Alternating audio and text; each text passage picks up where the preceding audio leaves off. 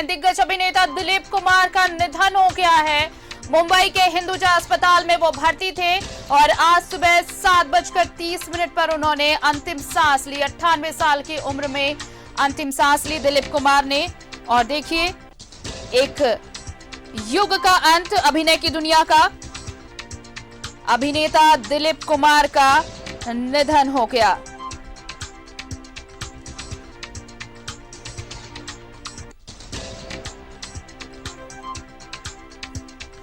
मुंबई के हिंदुजा अस्पताल में भर्ती थे वो और उनका निधन हो गया, अब नहीं रहे। आज सुबह 7:30 बजे उन्होंने अंतिम सांस ली।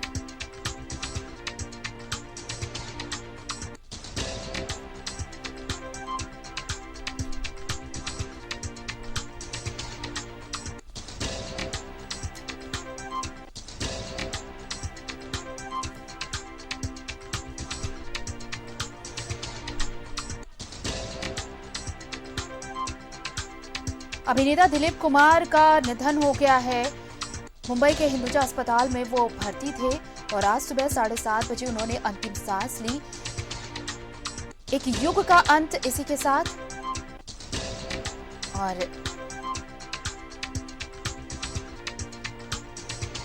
दिलीप कुमार अब हमारे बीच नहीं रहे।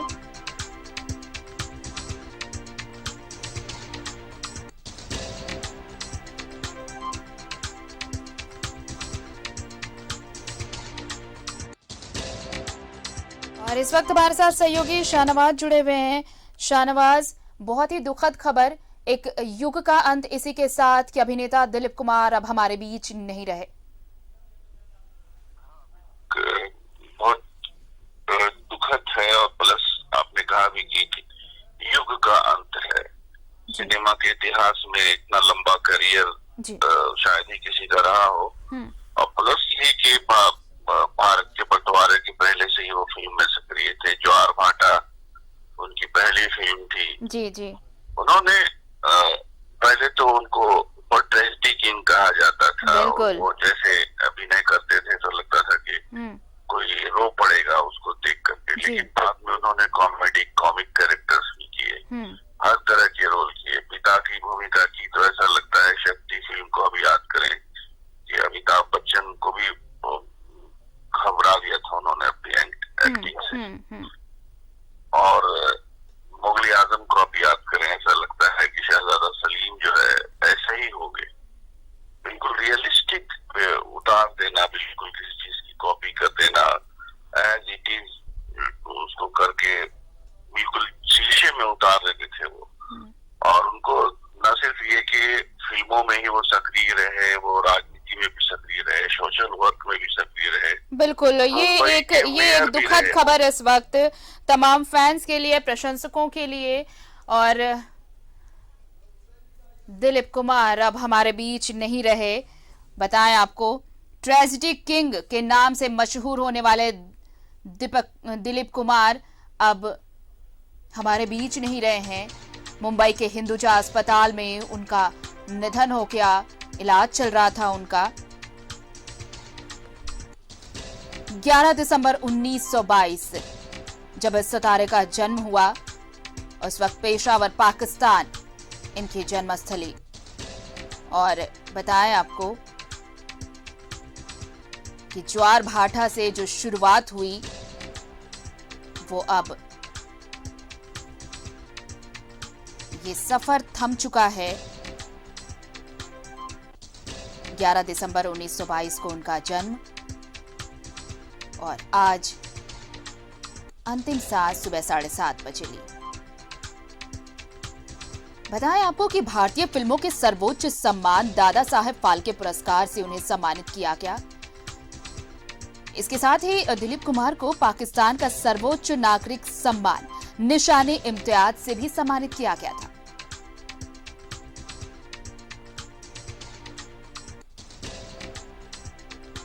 जन्म पेशावर में हुआ, लेकिन पिता मुंबई आ बसे थे तो उन्होंने हिंदी फिल्मों में काम की शुरुआत की। और आपको लोगों को ये शायद कम पता होगा कि दिलीप कुमार का नाम मोहम्मद यूसुफ खान है। हालांकि जब वो मुंबई आए और जब फिल्मों में काम करना शुरू किया तो उन्होंने अपना नाम दिलीप कुमार रखा। चाहते थे कि उन्हें फिल्मों में ज्यादा पहचान और सफलता मिले और इसलिए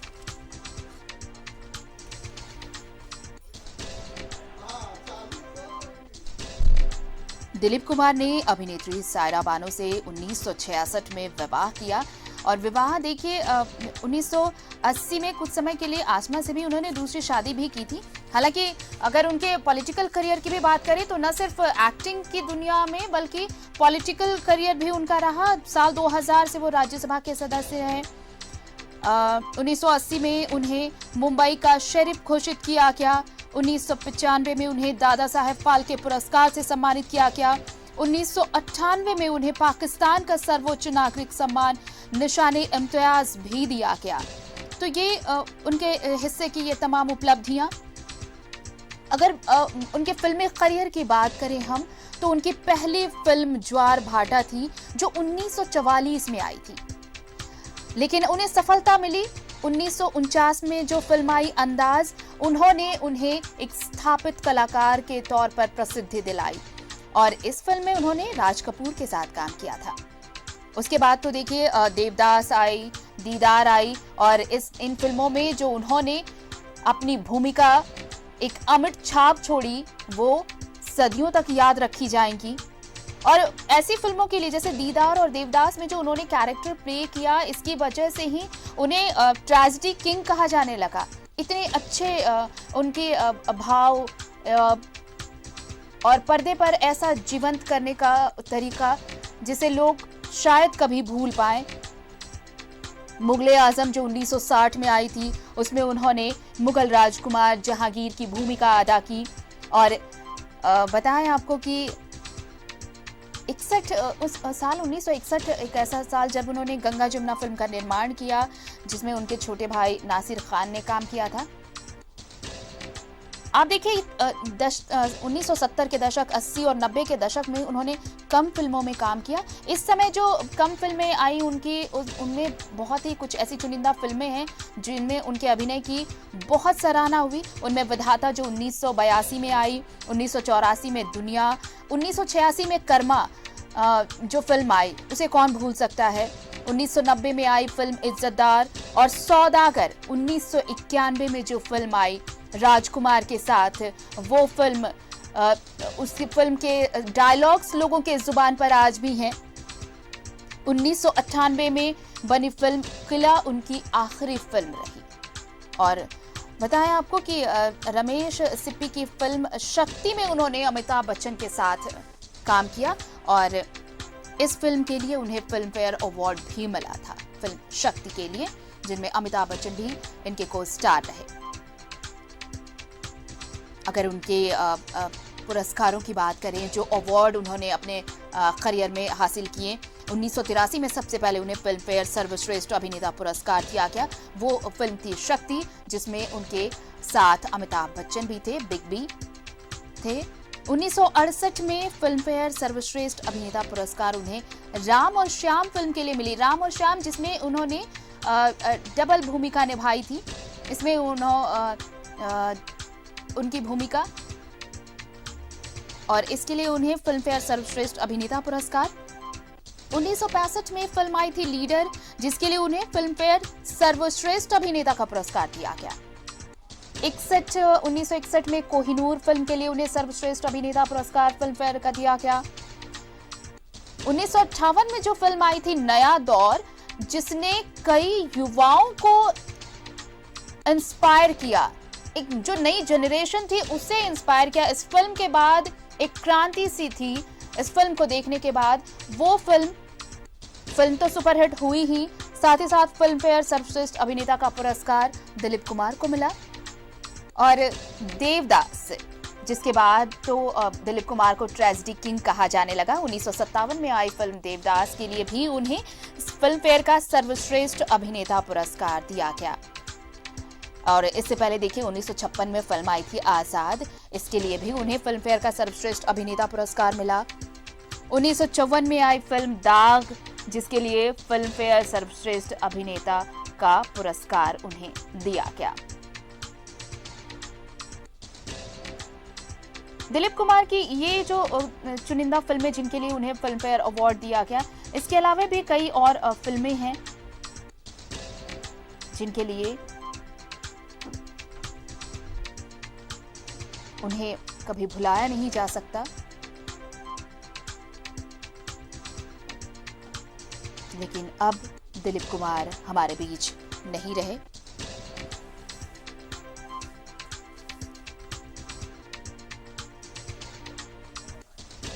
दिसंबर 1922 को इनका जन्म हुआ और उनका नाम यूसुफ खान था, लेकिन उनको शोहरत मिली दिलीप कुमार के नाम से। एक प्रोड्यूसर ने उन्हें अपना नाम बदलने की सलाह दी थी, जिसके बाद उन्होंने अपना नाम बदलकर दिलीप कुमार रखा था।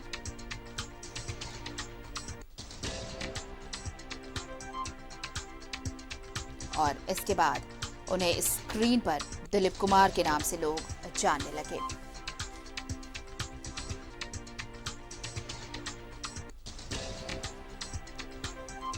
और एक बार फिर से हमारे सहयोगी शाहनवाज हमारे साथ जुड़े हुए हैं। शाहनवाज, देखिए 70, 80 और 90 का जो दशक था, इसमें उन्होंने बहुत कम फिल्में की, लेकिन जो फिल्में की उन्होंने वो युगों तक याद रखे जाएंगे। और जिस ट्रेजेडी किंग की हम बात कह रहे थे कि ट्रेजेडी किंग के तौर पर उन्हें ज्यादा शोहरत मिली, वो फिल्म थी दीदार और देवदास।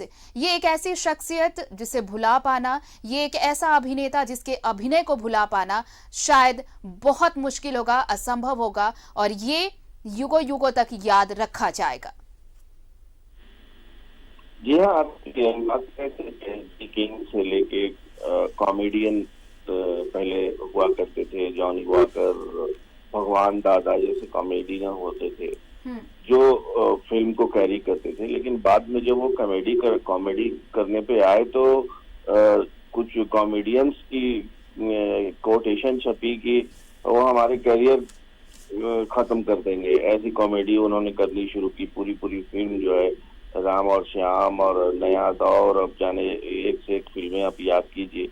तो हम बात कर रहे थे कि कैरेक्टर में डूब करके वो भूमिका अदा करते थे। और बता दें इससे पहले कि फोन डिस्टर्ब हो कि रांची से उनका एक खास रिश्ता था। एक फिल्म बनी थी सगीना महतो। सगीना महतो एसएन गांगुली ने प्रोड्यूस की थी, जो रांची में रतन टॉकीज सिनेमा भी उन्होंने खरीदा था बीच में।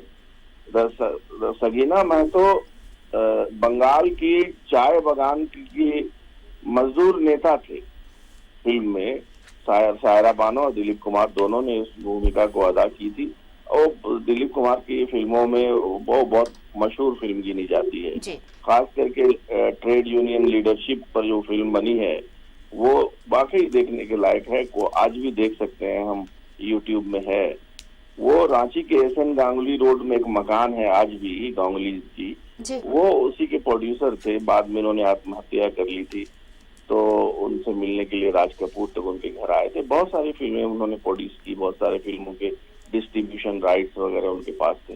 तो सगीना महतो के लिए मेरे ख्याल से रिश्ता उनका रांची से जुड़ा था और काफी 1-2-3 साल तक फिल्म बनती रही, सिलीगुड़ी के आसपास शूटिंग होती रही। तो राज कपूर न सिर्फ ये कि फिल्मों में एक्टिव रहे, वो मुंबई के मेयर शेरिफ भी रहे बहुत दिनों तक। बिल्कुल जी। और सोशल वर्क बहुत उनका था। उनकी पत्नी, भोजपुरी फिल्में भी उन्होंने कई प्रोड्यूस की, उनकी पत्नी ने, सायरा बानो ने। और एक बहुत ही सहृदय इंसान, सरल हृदय के इंसान थे। इसके अलावा आप वो दौर याद कीजिए कि जब अटल बिहारी वाजपेयी प्रधानमंत्री थे और पाकिस्तान से तनातनी हो गई थी, तो दिलीप कुमार खुल करके हिंदुस्तान के राष्ट्रवादी मुस्लिम के तौर पर सामने आए थे और उन्होंने खरी खोटी सुनाई थी नवाज शरीफ को बाकायदा फोन पर, और कहा था कि आप अपनी हालत को देखिए और ठीक कीजिए, हम यहाँ बहुत ही सुकून से रहते हैं। और उन्होंने खुल करके अटल बिहारी वाजपेयी जब वो फिर बस पे यात्रा करने के लिए पाकिस्तान गए थे तो उसमें दिलीप कुमार भी थे। तो एक ऐसी पर्सनालिटी जो एक सोसाइटी को कुछ दे सके, प्रेरित कर सके, कुछ पॉजिटिव नोट्स पे आगे बढ़ा सके, दिलीप कुमार हमेशा उसमें आगे रहते थे। और सबसे अच्छे रिश्ते मुंबई में एक गार्जियन की तरह से, बांद्रा में उनका जो बंगला है वो खुला रहता है। वहाँ कोई भी जा करके अगर बोले कि हम बिहार से आए हैं, हम झारखंड से आए हैं, हम तो वहाँ पर आपको बाकायदा एंटरटेन किया जाता है। वहाँ जो लोग हैं उनको निर्देश रहता है कि बाहर से आने वालों को बहुत इज्जत से पेश आए। और दिलीप कुमार तो खैर अब इस हालत में नहीं थे कि वो किसी से बातचीत और मिल सकते थे, क्योंकि पिछले बिल्कुल। और देखिए शाहनवाज, ये जो उनके अभिनय की जितनी तारीफ की जाए, उनके जो प्रशंसक हैं वो पूरी दुनिया में हैं। और ये कहते हैं कि अभिनेता जो होता है वो जो कोई भी कलाकार है वो बियॉन्ड बाउंड्री लाइन होता है। कला किसी भी बाउंड्री लाइन को नहीं मानती। और शायद यही वजह थी कि 1998 में उन्हें पाकिस्तान के सर्वोच्च नागरिक सम्मान निशाने इम्तियाज से भी नवाजा गया था। हाँ बेशक, आपने सही याद दिलाया जी। समान इज्जत थी उनकी, क्योंकि पाकिस्तान में ही वो पैदा हुए थे। उनकी जो जन्मभूमि है पेशावर में, पेशावर में आज भी, और पाकिस्तान से बड़ी मोहब्बत करते थे क्योंकि वो उनकी जन्मभूमि थी। बहुत सारे हिंदुस्तान के, मनोज कुमार हो, बहुत सारे जो लोग हैं वो पाकिस्तान में जन्मे हुए हैं। तो ये बाउंड्रीज तो फिल्म वाले मानते भी नहीं है। आज भी सब लोग जाते हैं आते हैं। शाहरुख खान की भी पैदाइश पाकिस्तान की, कलाकार के लिए मायने नहीं रखते ये सीमाएं। तो खास करके वहाँ नूरजहां मैडम जो बहुत बड़ी सिंगर मानी जाती थी, तो वो भाई बहन का रिश्ता दोनों में था और अक्सर मिलना मिलाना, लोगों के यहाँ आना जाना करना। और खास करके फिल्मों की अगर हम बात करें तो फिल्मों में एक ऐसी यादगार फिल्मों की सीरीज दिलीप कुमार की है कि बाद में जब रहती दुनिया तक जब कभी फिल्मों को पढ़ाया जाएगा, रिसर्च किया जाएगा, तो फिल्में दिलीप कुमार की कुछ फिल्मों को तो बिल्कुल कोर्स में पढ़ाया जाएगा। खास करके देवदास की अगर हम बात करें तो देवदास में उनकी जो भूमिका थी और अदाकारी उन्होंने की थी, उनके बोले हुए डायलॉग्स आज तक जो है लोग कॉपी करते हैं और भूले नहीं है। हालांकि शाहरुख की देवदास हाल फिलहाल आई जरूर है, लेकिन वो दिलीप कुमार की अदाकारी को कोई भुला नहीं पाया है। दीदार की बात कर लें आप, उसके अलावा आप नया दौर की बात कर लें, नए दौर में नया कैसे कैसे चीजें आ रही हैं, उसमें कैसी राम और श्याम की बात कर लें आप। एक फिल्म आई थी जिसमें उन्होंने खुद ही उस फिल्म को बनाया था, जिसमें भोजपुरी डायलेक्ट था, थोड़ा डाकू की भूमिका उन्होंने की थी। तो ये सारी चीजें एक लंबा एक इतिहास है फिल्मों का। एक फिल्म भी विधाता आप याद करें, उसमें उन्होंने ट्रेन ड्राइवर की भूमिका की जी। शमी कपूर और उन्होंने की शमी कपूर के साथ चंद लकीरों का ये खेल है बस तकदीरों का। कोई भी भूमिका हो, मशाल फिल्म आप याद कर लें, मशाल में एडिटर की भूमिका की थी। मतलब शाहनवाज, अदायगी का वो अंदाज था कि जब पर्दे पर वो नजर आते थे तो ऐसा लगता था कि जो दर्शक सामने बैठा है वो खुद से कनेक्ट करता था उनको। ऐसा बिल्कुल भी नहीं लगता था कि वो मतलब किसी फिल्म को देख रहे हैं। बहुत कनेक्टिविटी थी ऑडियंस के साथ इनकी, और यही वजह थी कि देखिए सबसे ज्यादा अवार्ड भी इनके नाम, ये गिनीज बुक में ये रिकॉर्ड है इनके नाम। और ये अदायगी इनकी, ये लोग कभी भूल नहीं पाएंगे इनकी अदायगी का वो अंदाज। देखिए, हालांकि किसी फिल्म इंस्टीट्यूट से वो नहीं निकले थे। इनके पिता पारिवारिक जो बिजनेस था उनका, वो फल का बिजनेस था और ये बहुत खूबसूरत दिखते थे और बस ऐसे ही किसी ने भेज दिया किसी फिल्म प्रोड्यूसर के पास और उनको देखते ही उन्होंने कहा कि भाई वो खूबसूरत हैं तो जाहिर अच्छी बोली चाली भी बोलते हैं, स्टाइलिस्ट हैं, तो उन्होंने फिल्म के लिए उसको साइन कर लिया। और घर वालों को भी पता नहीं था कि ये जो है फिल्म, क्योंकि वो उनकी फैमिली ऐसी थी कि उसमें फिल्मों में काम करना अच्छा नहीं माना जाता था। उस जमाने में शरीफ घरों के लोग फिल्मों में नहीं काम करते थे, तो छुपा करके रखा उन्होंने। और जब इसीलिए उन्होंने फिल्म में अपना नाम भी बदला ताकि घर वालों को पता न चले, और ये दिलीप कुमार उन्होंने अपना नाम रखा।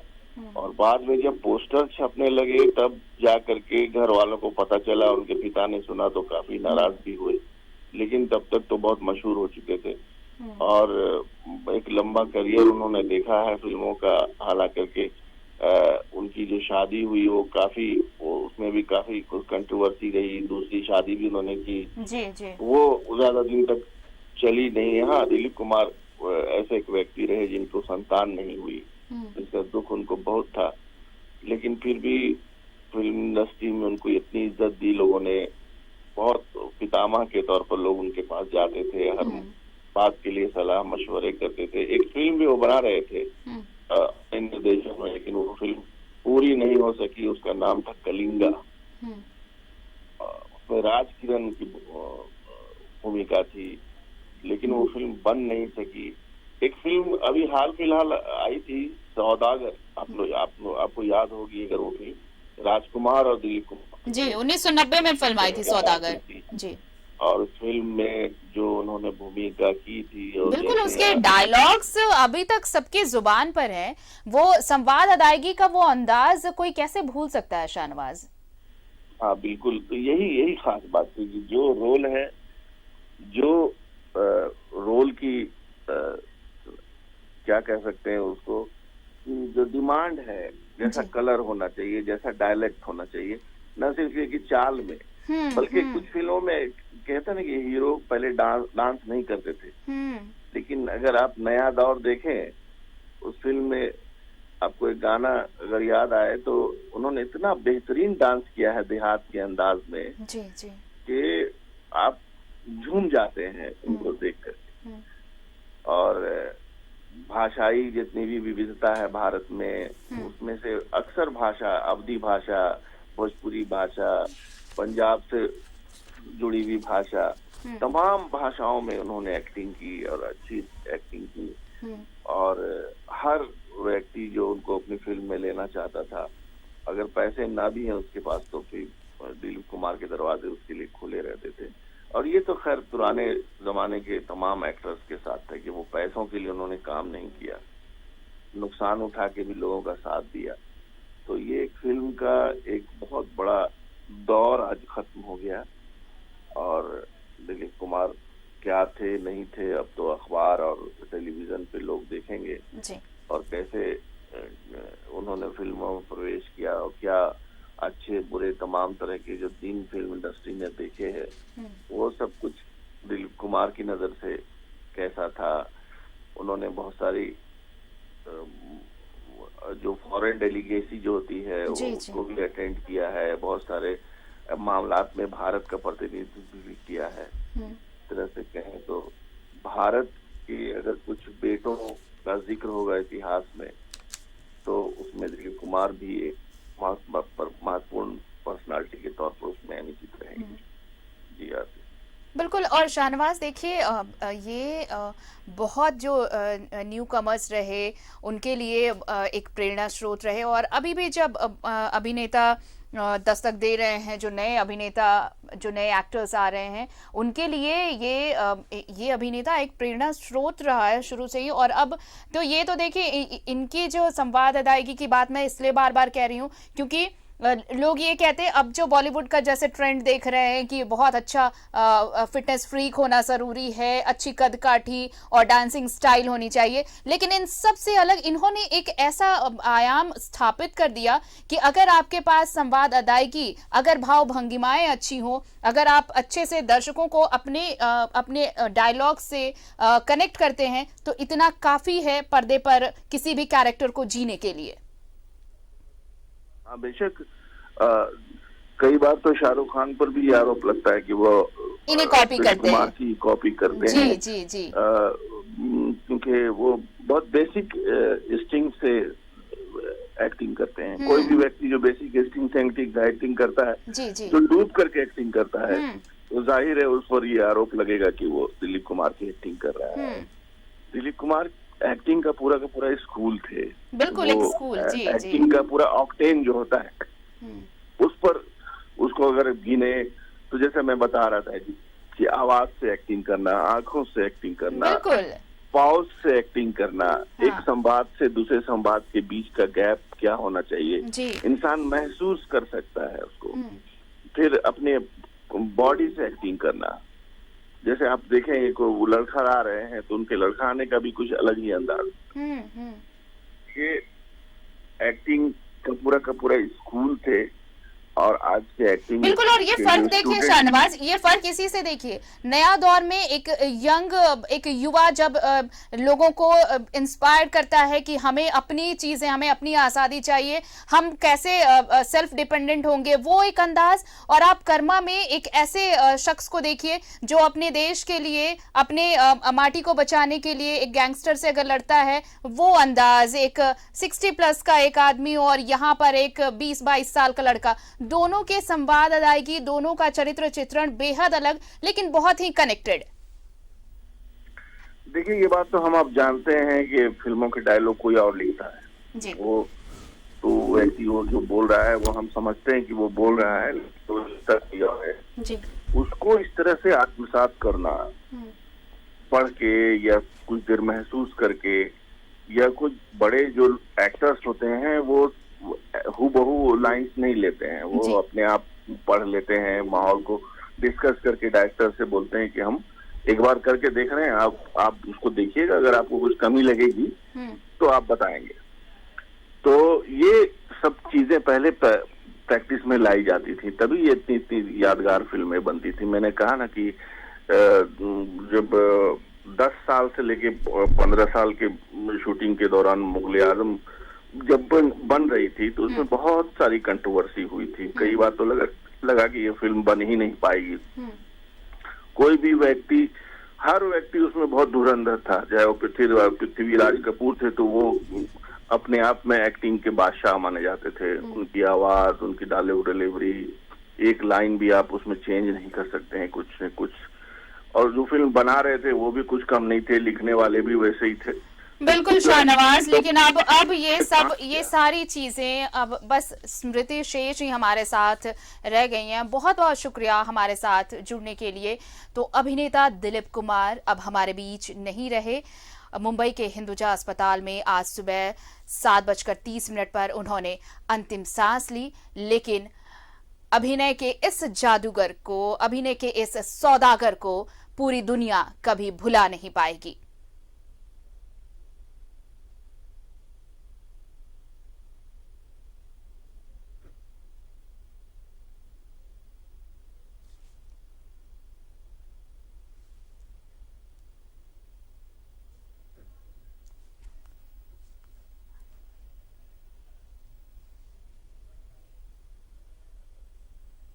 हिंदी सिनेमा के दिग्गज अभिनेता दिलीप कुमार का निधन हो गया है।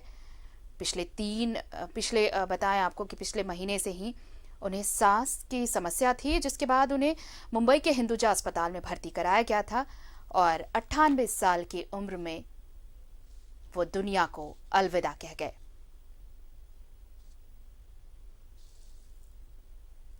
दिलीप कुमार के निधन से पूरी इंडस्ट्री में उनके फैंस, उनके प्रशंसकों में शोक की लहर है। और मुख्यमंत्री हेमंत सोरेन ने भी अभिनेता दिलीप कुमार के निधन पर गहरा शोक जताया है और ट्वीट कर उन्हें श्रद्धांजलि दी है।